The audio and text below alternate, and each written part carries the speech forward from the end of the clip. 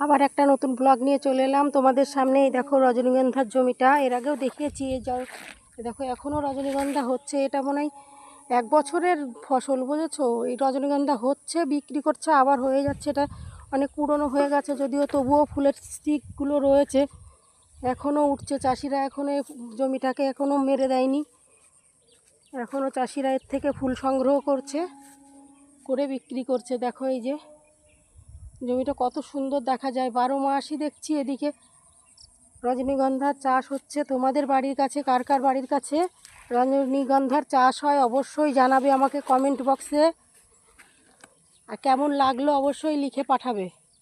দেখো মাঠ ঘাট এত সুন্দর লাগে প্রকৃতিটা, চারিপাশে যেদিকে তাকানো যাচ্ছে মাঠ আর মাঠ, আর দূরে ওই যে ভুট্টার ক্ষেতগুলো, ভুট্টা এদিকেও একটা ভুট্টার ক্ষেত রয়েছে, এগুলো বড় হয়ে গেছে।